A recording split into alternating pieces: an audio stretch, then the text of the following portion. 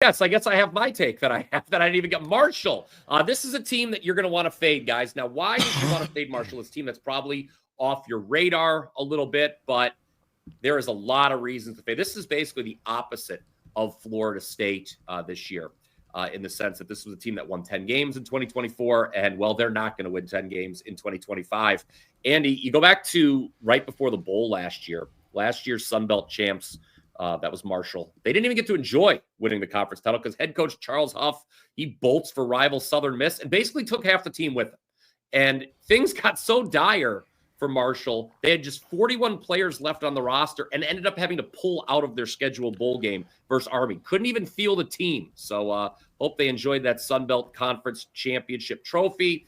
But coming into 2025, books are expecting a massive drop-off here. How big of a drop-off? They went 10-3 last year, like I said, and are now projected for just 4.5 regular season wins. That number opened 5.5. So even that wasn't low enough for a lot of sharp bettors. And the reason for this bleak forecast, guys, only 4 starters back for Marshall.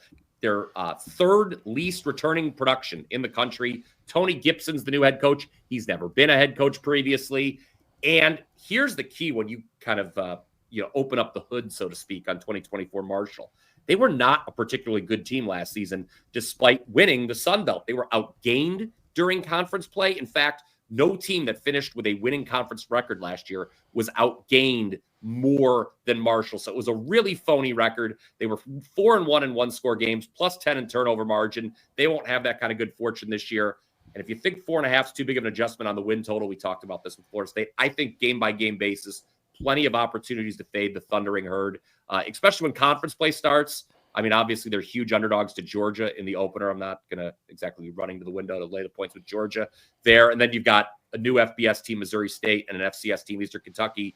So may leave those alone. But once it's Sun Belt time, Andy, fade on Marshall. I think there's a chance they could go from winning the conference to last in their division. The Sun Belt is, of course, the last conference to still have divisions. This is the number 1 regression team in all of college football, I believe.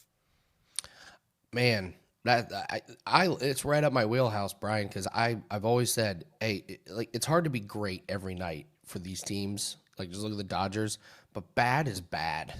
It's hard for a bad team to just all of a sudden play great. So I like focusing on teams and individual athletes we can fade. Yes. Yeah, and going back to the coaching change that Marshall had with Charles Huff leaving for Southern Miss, this is incredible. Southern Miss has more returning starters from Marshall on its roster this year than Marshall has on its own roster.